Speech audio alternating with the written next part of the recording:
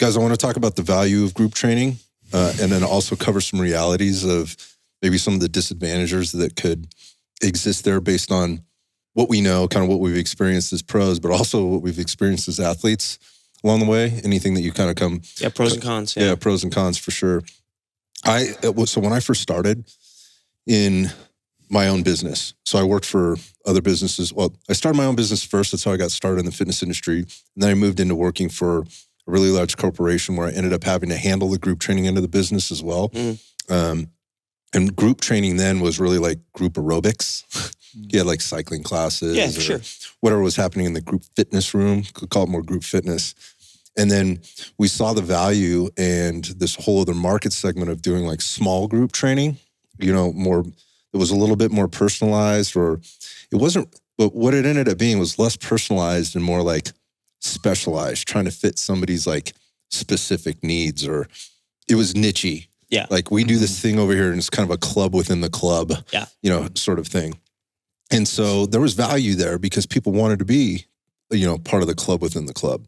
But the training value was diminished and a little diluted. And then when we started Red Dot Fitness, we had the group training. We made those groups really small in comparison to what I'd been used to. And so like our group training is only 8 people in a group. Okay. So it's limited to 8. It's limited to 8. So in one coach, so that we can have hands on everybody and still feel like we have eyeballs on everybody and can cater and modify where necessary because we know our clients, what their needs are, limitations, things like that. And you could put a beginner in with a more advanced person, everybody's getting good value. Yeah, you still have a coach that is, the coach to participant ratio is pretty high still. Right. And then, so in defining all that, then we also had what we called, we call semi-private personal training, which is limited to 3 people. And that's not 3 people getting the same programming. That's 3 people getting their very individualized programs. They're just doing it together. It might be similar, like, hey, we're going to bike today, or we're going to squat today, but it's maybe a little different. I mean, we go back to the foundational fundamental movements. We're all squatting today or something, but your squat's going to be, you're doing a kettlebell box squat that's very controlled, and, you're doing, something else, a barbell back squat based on, needs and personal needs and their abilities. My point in saying that is I think there's values in all that, and there's kind of nuance in each kind of thing as you put it together. But what I didn't value when I first started the, Red Dot was the value of group training and some of the dynamic that brings to somebody's fitness journey and their training program that they can't necessarily get on their own. You know what I mean? Shared experience. So the shared experience is an important thing to talk about. So the whole concept of, you might break bread with people, but it's something different about like breaking bread in terms of a gym. Yeah, like, and suffering, mutual suffering almost. So funny, that was actually a tagline for a little while, like in our buddy program, at the gym, we had a referral program. We go, because suffering is always better with a buddy. Yeah, for sure. Yeah. So, there's, I like that analogy, the breaking bread thing. There's a certain amount of camaraderie that comes to it. Somebody can carry maybe a little bit more of the energy, if you don't have it for the day. Certainly there's that extrinsic motivation of everybody else working hard and you trying to keep up, or maybe you're not as good as everybody. So you have this kind of, this vision of what you want to be like and you need to keep up. And so there's a cultural, a societal thing there. Matt Larson talks about this when we were at the Combatives Summit. He's the guy that handles the Combatives program. He wrote the SOC-P program for the Army, but he now handles the Combatives program for West Point, the military academy. And it's about building culture and what it is to be a warrior, and that everybody needs to contribute. And we do have standards here, and you are expected to do these kinds of things. And so a lot of people come into these things, like into a group program, they've never had that in their life, like maybe been a member of a team before. Yep. And so like when I think about like law enforcement and being pulled onto maybe a special operations team, you may have never had any experience with that. And I find it really interesting. Like we've been out on the range or in TPLs talking with people, and like we're trying to get them to make a connection with a particular movement pattern or something. Like, so remember when you played baseball? They're like, nope. Okay, when you played football? Nope. Okay, when you played basketball? What did you play? Basketball? No, man, I've never done any team sports in my life before. And to me, that was really like, I don't know why I was, but I was shocked. But the point of that is they have no connection to that movement that they may have done as a kid because they didn't do it. But more specifically, that also means they likely weren't a member of a team where they had to put out physically. Right, yeah. And emotionally and psychologically. Yeah, there's a certain level of accountability that comes there if you're not... That's another part. One guy's not putting in the work while everybody else is, but he still wants to play. It's like, all right, dude, your evidence there is like, it's not backing up your talk. Yeah, and I could see where it would be really weird for somebody that has a lot of experience feeling that accountability and having those experiences in life on teams, in sports, in their job, whatever it is, to have somebody come in that just seems very disconnected from it all. And there are different parts to being a good teammate, right? But the accountability piece is huge. And part of the accountability is when you're working in a group, you can kind of set a standard, you know, and especially in law enforcement physical training, right? In terms of standards, we know that metric is very low across the board, and it's not standardized. There are some standardized testing. We mentioned it before, like the Cooper standard. What's the other one? Sorry, it's PFQ. Yes, the basic PFQs. It's sit-ups, it's push-ups, Yeah. it's running the 1.5 miles, it's doing the 300-meter shuttle run, and there's value in those in those assessments to an extent. Like with push-ups, sit-ups, I have my druthers with those, right? I think you can measure a few things.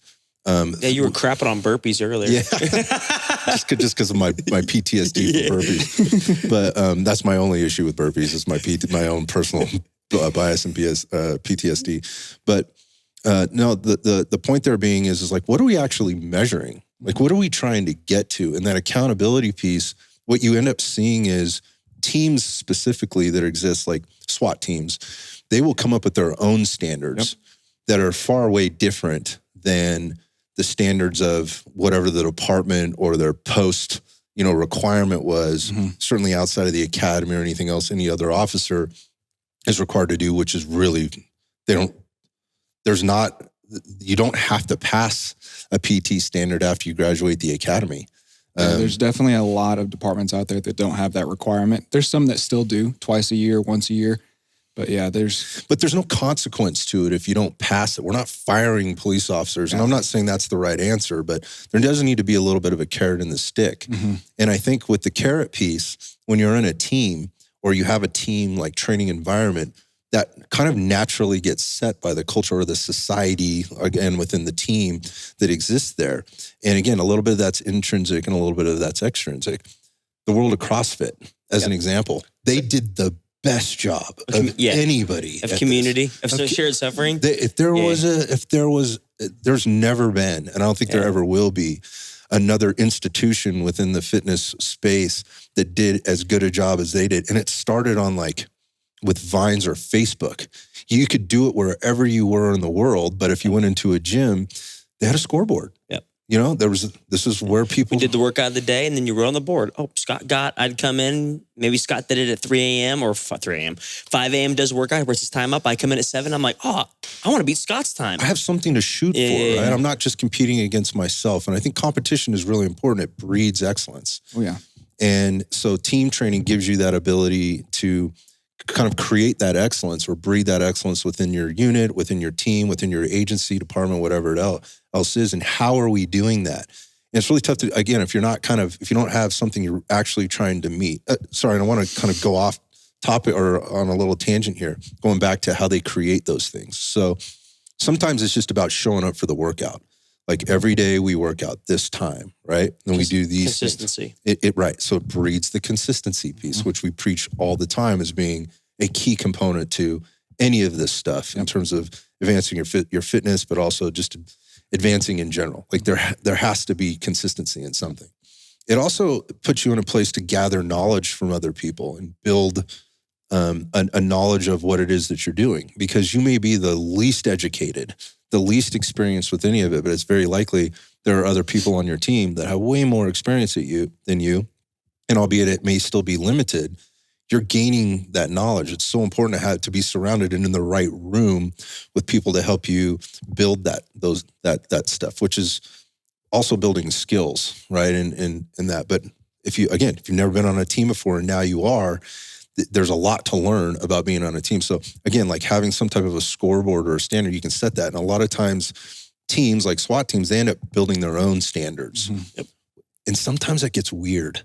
You know, sometimes it's very good. Well, it depends on who comes up with the standard, Yeah, who that's what I comes mean. up with the programming. Is if the guy who does it understands what he or she is doing and the team is doing, then it makes perfect sense. So, for instance, we know a lot of friends. Sal Hernandez is a good guy. Yep. Like, what he won, like all SWAT roundup, those one in TTPOA. Vegas, the TT, like What he's doing is obviously really he knows. impressive. Obviously, he knows what he's doing, right? So, like, they have standards for their team that he has shared with a bunch of other teams. That's a great standard. Right. Now, that's the one side of the spectrum. Obviously, there exist people in the spectrum also where it's like they don't know. They kind of know what they're trying to do, but maybe it's overly specialized. Whereas whatever Sal's doing for his standards is spot on. That's what I mean about like being weird. Sometimes it's like, well, we're going to kit up, we're going to go out and we're going to do, our standard is we have this workout that we do. And the goal is what? The goal is to maybe improve your time. You know, at the end of the day, with all of these skills, right, and all these foundational fundamentals that are included in completing the thing, whatever it is, it's an obstacle course. We kit up, we grab our rifles, right, we don our gas masks and our helmets, whatever, and we run and we jump over barriers or logs. You've or essentially instituted way too many variables. It's like, exactly. So what are we measuring? It's hard to there? track when you have too many variables. However, it does not take away from all the other things we've already talked about in terms of team accountability, right? Living up to a standard, the importance of that. And again, that cultural or societal piece of, look, the dude that's fallen off, like everybody sees that, right? And that's important, right? It's important for the person that's fallen off to recognize kind of where they are. And it's also important for the team to respond to that in some way. And there's a couple ways they could respond to that. Obviously, they could respond to it and, yeah, that guy's a piece of shit. And, you know, we don't trust him because he's not physically fit.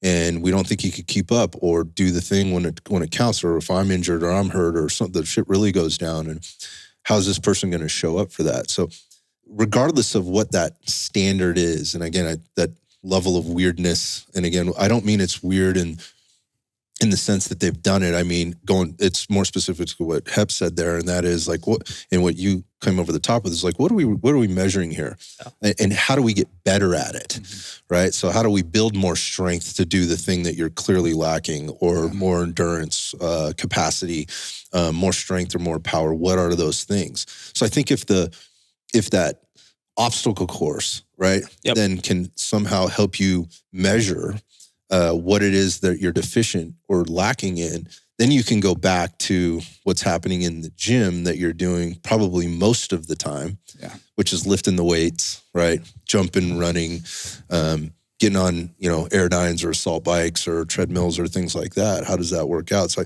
those are all very important things, I think, that come with team training. I'm curious about your experience, like in the CrossFit or as an athlete. Yeah. So in the CrossFit space, we had programming camps.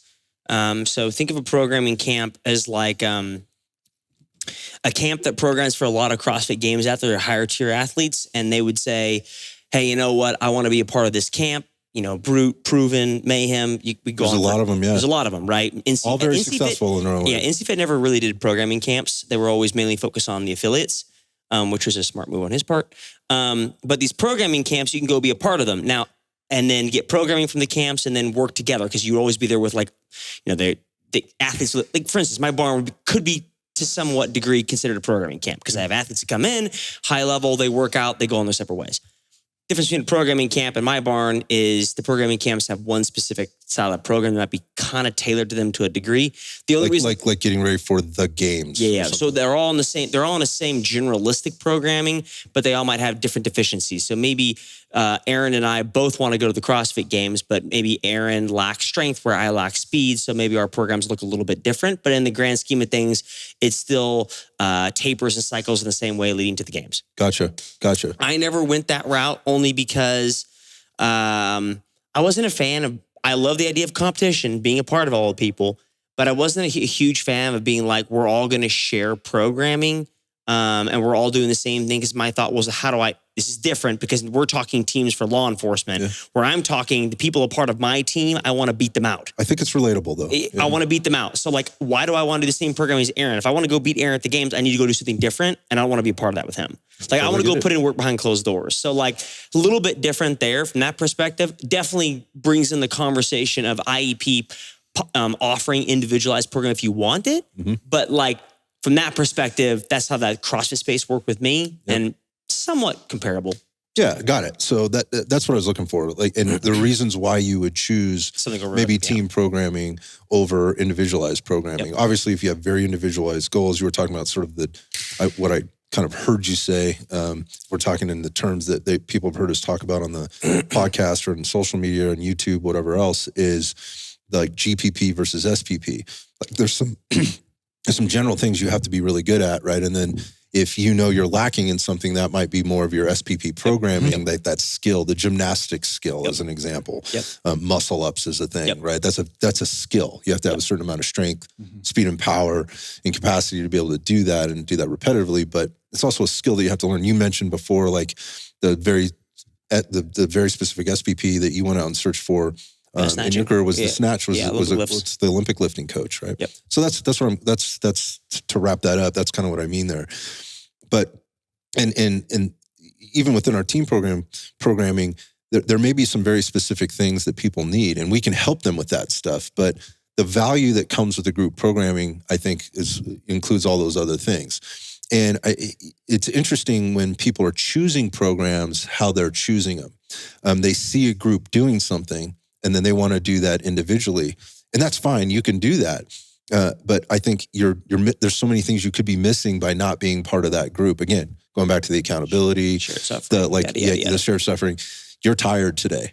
All right. We're still going to show up. Yeah. Because I know a buddy's going to I got five other guys waiting there for me, or I know like I have to perform today. That is and those guys know me, right? And they know what I'm capable of, and they may actually give me that push that I need today. Or something like that. So you talked about like a couple of the advantages, right? So the pros of group training, right? Shared suffering, accountability, phenomenal. Standardizing certain things. What are the cons? Because I already mentioned one. The con is it's not specific to Aaron. So if we're a group right here, let's just say we're very diverse in terms of what we need for fitness, right? If we're a group, we have a specific standard or a job we're trying to accomplish, and we are given a group program, right? It'll be probably decently good for all of us, but it's not specific to any of us. So like if he's lacking strength, I'm lacking speed and power, and you're lacking capacity, like it's good to raise the water of all the boats around us, but we're not, like it could have been better. So that's the one disadvantage I see to group 100%. Training. And that's why I didn't go that route for CrossFit. Yeah, 100%. So what other cons exist for group training, team training, we want to call it? Well, I think one of the big ones that stands out for me is just who put that group training together. Like, what is the program? And so when you start looking at like, what is the basis of the foundation of the programming, and the person that put it together. Do they understand what you're trying to do? Correct. Yeah. So there's a lot of things there, Yeah, so like from the CrossFit example, like they understood that Aaron and I are trying to go to the games, and we understand what that somewhat means. But now the perspective of the coach, he might understand what our goal is, but he has to understand what each one of us is capable of doing. Precisely. And not even, because I know this sounds kind of individual, but he still has to understand what we're capable of in order to accomplish that goal of going to the games, or being a better SWAT team, or being better at military, whatever the case may be. I could definitely see whoever put the programming together need to be better at understanding the goal and also the general persona in the group. Because you're not basing off one person. Because if we made a program for all three of us, but only based it on Scott, like, okay, well, then maybe I'm wasting my time. So it has to be based on an average persona in the group. Yeah, and it's super important that is established, because if you're trying to get buy-in and actually get the benefits that we mentioned, again, the cultural, societal stuff, the buy-in, the accountability, all of those things, that stuff has to be taken into account. So I think if you've chosen some programs better than none, right? Yeah. Like I'll give it that. But at the same time, like, how good is it? Is it just good enough? Or is it the best it can be? And a lot of times that starts and stops with the individual that's put it together, and the person that's kind of leading it, right? So I think that's a con that does come up quite frequently. And the leading could be someone that, so as an example, like we work with some teams where obviously Aaron isn't there, calling them and saying, hey guys, time to show up, work out this morning. So like we have someone we've talked about in previous podcasts where we have a champion or something of the group, or whatever the case may be, team lead, PFI, name whatever you want. They're the person that's leading the group in person, not us. So it also comes down to not only, I would say, the person who's putting it together. So let's say that's Aaron in this instance, but also the person who's in person who's pulling the team together. Correct. So as an example, like a Sal Hernandez of the group, like, hey, he's the guy in charge. Probably he's the guy leading, calling guys up, making sure they're there kind of perspective. Like, is he capable? Because the program is only as good as, going back to what we've talked about previously, as consistent as a team is to show up. Right. And so I think there's one of the other things that comes into this is what I've seen in the group training industry, like as a whole. So to just take it out outside law enforcement and just calling it the larger perspective, is that it turns into a bunch of workouts rather than an actual program. Yeah. And so defining the difference there, like a program is something that maybe has a start and a finish, like we're working for a specific goal. In this case, it was like the CrossFit Games that you were talking about. Yeah, some kind of defined duration period, 12-week, 9-week, something, a goal in mind at the end. How we define that, right? Like, and what is it that we're actually trying to achieve, so that, because that's our guiding light, like that's our compass. Are we doing that thing? Yep. Versus we just put something together today that's certainly going to challenge people and get them sweaty, right? And give them the emotional feel goods, or the feels with regard to, like, I worked out today and I was challenged, but and I feel hot and sweaty and I'm lying in a puddle on the floor. What's the value in that? Well, okay, you feel good because you worked out and you can go home and sleep at night knowing that you got the workout done. But how does this fit into the larger program? So again, going back to how the program design is this just a bunch of workouts that somebody came in one day and, like, we're going to do this today on the whiteboard and that's what everybody does? Or is it a part of a larger whole? Yeah, which is, you're going off the cons, which we've seen before in the past of group training where, or even worse, is where it's, hey, well, there's 4 of us, 3 of us in a group for the SWAT team, like, you're in charge of Monday's workouts, you're in charge of Wednesday, and you're in charge of Friday. Whereas, like, that's a very real thing. Dude, yeah, I've seen this. It's a very real thing. Where he has a different way of programming than you do, than I do. And I don't know what you're programming. He programs squats one day, and you program the next day, and now we're all just got squats every day of the week. Very real problem. Yeah. It's a very real problem. And generally the person that's doing that, whoever's got the responsibility for the day, is programming their strengths, right? Where they get like I can tell you right now. I'm going to show Toby how bad he is at burpees today. Yes, because I know if I ask Jacob to program a workout for us, like, I know exactly what Jacob's going to choose. Yeah, we're deadlift, heavy, and bench press just for Scott. So that's exactly what you're not going to do, right?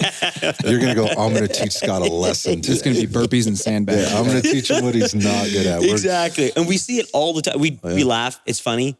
But I've seen it. We talk about law enforcement. I've seen it in, like, all over in different industries all the time of, like, just transfer around whoever's going to program. I've seen it in CrossFit gyms. Yeah. And I'm like, this is the worst way to program. Yeah, I mean, I've seen CrossFit gyms where the instructor is in charge of the workout for the day, and some people are training twice a day. And I could come in, if I'm coming to the gym 4 or 5 days a week, I might get exactly the same workout I got the day before, just from somebody different, because those people aren't communicating. You're talking, Yeah, so definitely that's definitely another con. Yeah. I think the other thing that happens there is the opposite can happen when you don't have that buy-in in things, whether you have a great program put together or not, and people are just going through the motions, right? Like, they're showing up in a group and it's just like, I just have to get through this thing today, whatever it is. And that's an intrinsic thing. Like, you as an individual, you have to want to do the work and you have to want to do the thing. But I see sometimes, like, it's just a thing that we do. Well, I'll step up to the plate and play devil's advocate. At least they're there.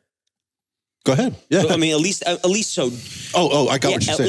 At least they're there. Like I said, something's better than nothing. Yeah, yes. for sure. Like, I mean, my question is, okay, well, would Joe Schmo prefer to do something individual based? Does he do better? Okay, right. I'm okay with that. Right. But if it's just like, I don't like working out with the group, then maybe he should be individual. But if it's just like, I don't like working out, at least he's got peer pressure is still an amazing thing. It is. At least he's got the peer pressure to show up and work out and do something. I don't disagree with that at all. So that's what I was saying. Like, showing up and doing something is better than nothing. But it'll wear on people, right? If they're not bought into the larger whole of whatever the thing is. And so I think part of another con with group programming is, while the program might be good and the workouts might be great, well designed, and all the variables that go into that, there wasn't a strong setup.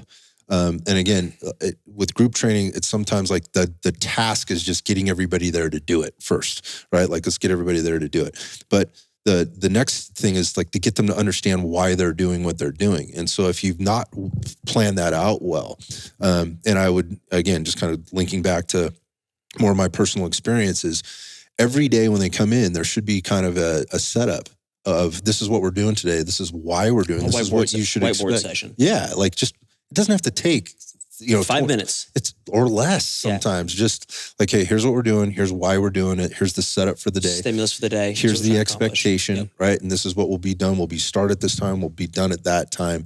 This is where you're going to go. So it's well organized. So part of the problem with group training sometimes is going to be very disorganized if it's not set up well. And I think it's a great point. I think it's a subcategory to the person who's actually in person leading it, not Aaron, who's ever leading it in person. It's up to Aaron to put stimulus in charge, and so people know, why am I doing this and how am I accomplishing it? Right. But the person in charge who's leading it, the Sal's, the whomever, Chase, whoever's in charge leading this, it's up to them to set the tone and say, this is what we're doing, this is why we're doing it, that kind of stuff. That's not up to, that's something that's just done in person. But to your point, that is a downfall to group training for sure. I say another con on the group training is not knowing how or just doing it at all, and that is providing adjustments to the program. Yeah. And taking the totality of what you're seeing happening, again, maybe it's the strengths or the deficiencies of the people that are in there, and being able to make adjustments to the program to get more buy-in or to focus on, have a different focus on one of the variables within the programming to elicit some type of a training effect. Like whether that's like, hey, we're noticing like the majority of our team lacks capacity. Like they have really good strength. These dudes love to lift weights, but they lack capacity. How do I continue to, going back to the things we were talking about on another podcast, like the needs and the wants, adjusting to that and being willing to do it. And sometimes I'm not saying totally scrap the plan, but rework that plan to make it work the way you need it and want it to work for the entire group. And I think that has a lot to do sometimes with like when I say the capacity, in this sense, I mean the capacity of the person that's doing it with all the things they have to do. Yes. Right? Because most of the time we deal with someone, they're just the guy who's just in shape. Right. Or took on the role and took the 8-hour class or the whatever the case. And like he or she still has a full-time job. Right. On top of this. Most of the time. Yeah. And right? Wife and kids at home or whatever the case may be. All of those things. So how to make adjustments to a group program versus your own. Like obviously if you have, if somebody on the team gets injured or whatever, like what accommodations can we make for that person to keep them in the game? Yeah. Right. That's a thing that takes knowledge. It takes expertise. It takes skill. It also takes time. And how do we set that up for success for everybody so that we keep them going? So that could be another con within the group training side of things, but it could also be overcome if you have good PFIs, good people in charge, and or good coaches notes given to the group program, depending upon if it comes from someone online or in person. Yeah, and if the person that's in, again, that champion or whatever doesn't know how to do it, having resources to reach out to help and learn and feeling comfortable doing that. Yep. Like what can we do? And I think that's a large obstacle a lot of people are faced with is like remember, it's half the team is really into this, half the team isn't. Well, why isn't half the team into it? Like just saying they're lazy, that I think that's a cop out a lot of times. Like, have we investigated this? Like, what is it that why are they this way? Why are they this way? So I think that's another thing that gets missed in group training versus when you're working individually with somebody. That's a much easier answer to get because you go to one person, you get the thing. But you get this could be another con is if you get one person in that group that is kind of a leader in a sense, maybe they're even the team leader and they're Debbie Downer or they're negative. It's a bad day. Or toxic. Yeah. Like that cancer can spread through the group. So there has to be somebody there managing it. And obviously you got to get buy-in from the leadership, at some level to do that. And that can be a very difficult thing going back to culture and whatever else. But again, sometimes I've seen that. Same with like you just said it, like somebody comes in with a bad attitude, it can wreck the day. It can wreck the day for kind of everybody. Sure. So going back to accountability, how do we hold people accountable to that stuff? So there's some things that can be helped from a coach's perspective who may not be part of that team or part of that group. Obviously, with providing the programming that we provide or the structure that we provide, some level of understanding of kind of what that culture is, obviously what that job is, and what the challenges of whether it's timing, equipment, things like that, to get things done. But the important part of that again is like having everybody kind of on that same, moving in the same direction. And if you're doing it individually and you're doing it on your own, there's no arguments, right? If you want to take a day off, you take a day off. You know, if you're having a bad day, you can modify or adjust or not do it at all if you want, and nobody's going to know, right? But when you're in that other environment and people are coming in after a long shift or an overtime, or, you know, they were up late with the sick kids the night before or whatever else, not letting that get in the way of the rest of the group. That can be, even, again, in the commercial world, you can get one person that just comes in and seems to be the energy suck. So that can be a thing too. So those are just kind of the realities of the group stuff.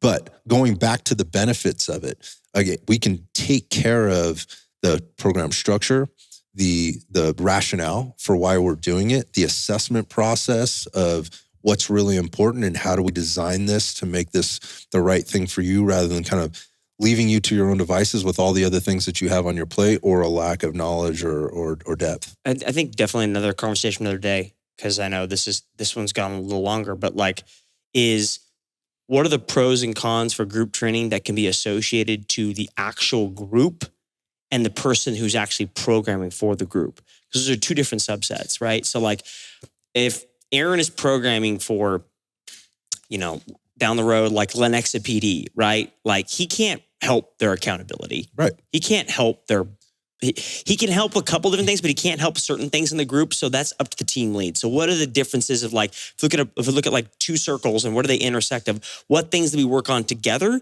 And then what things do we not work on that's up to them or up to Aaron? Like some things. That would be an interesting conversation for another day, for sure. I definitely agree with you, because there's certain things we can influence and certain things we can't. That's a very good toxic person in a group. That's not Aaron's job. Yeah, that's a cultural thing you guys got to deal with. That's a leadership thing you guys got to deal with. But if we can take out all the other variables, and that's the only thing you have to focus on. Yeah, you don't have to worry about, because that takes a lot of energy. Is it built for me? Like, essentially, what you're saying is Aaron can take out a lot of the big things that take the most time. What am I trying to accomplish? How do I get there? Is my programming built for me? You know, those kind of things taken care of. Right. Now it's up to in person and the time of the day. Am I holding my team accountable? Are they showing up? Is this person being, I don't know, not helping out, not being a part of it, and kind of being toxic, whatever the case may be?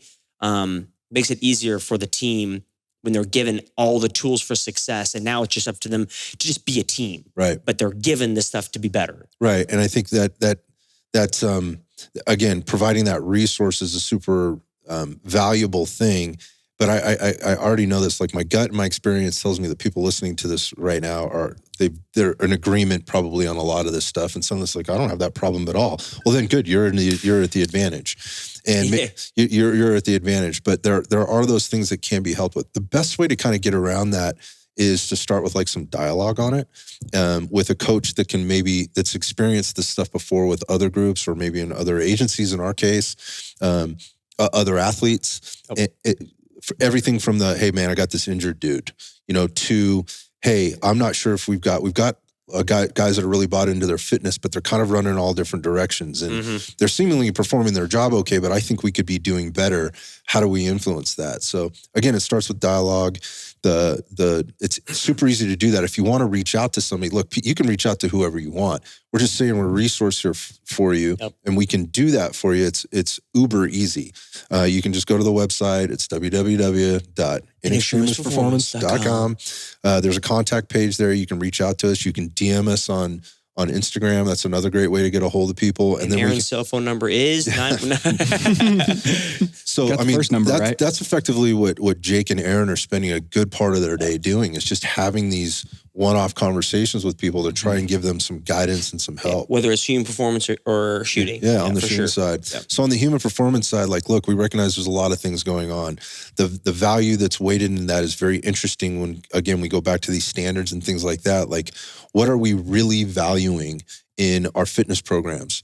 Ask yourself that question, and does it equate to the things that you really need to do that really count when it matters? Again, like, is that 1.5 mile run time, right? Is it that important? We've talked about this. Aaron's just sitting quietly over here going, don't even get me started. Like, is it really that important? Certainly capacity endurance is important. From a cultural, societal piece, going out for a 1.5 mile run with the team, there's value in this. but the actual act of running the 1.5 miles, how does that translate over? If you don't have a good answer for that, you should be asking yourself that question, or asking somebody else that may have that answer for you. And that's all we're saying, is that you can reach out. We can talk about that, how to keep the 1.5 miles run in the thing, if that's what you want to do, right? Or if that's what you feel like you need to do.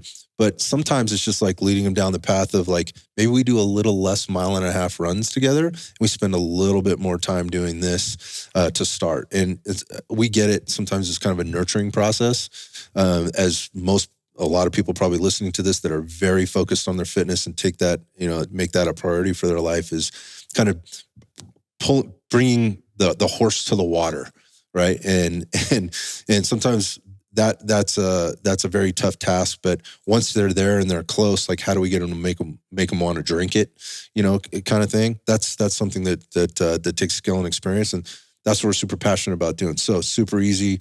Go to the website, inextremisperformance.com. Hit the contact page, reach out. Somebody will get back to you promptly. And like 24 hours is usually where we're at. If it takes 48, if you hit us on a Saturday night at 8 p.m. Give us a break. Yeah, it'll probably take us till Monday to get to, because we're doing the family stuff and our own workouts and everything else too.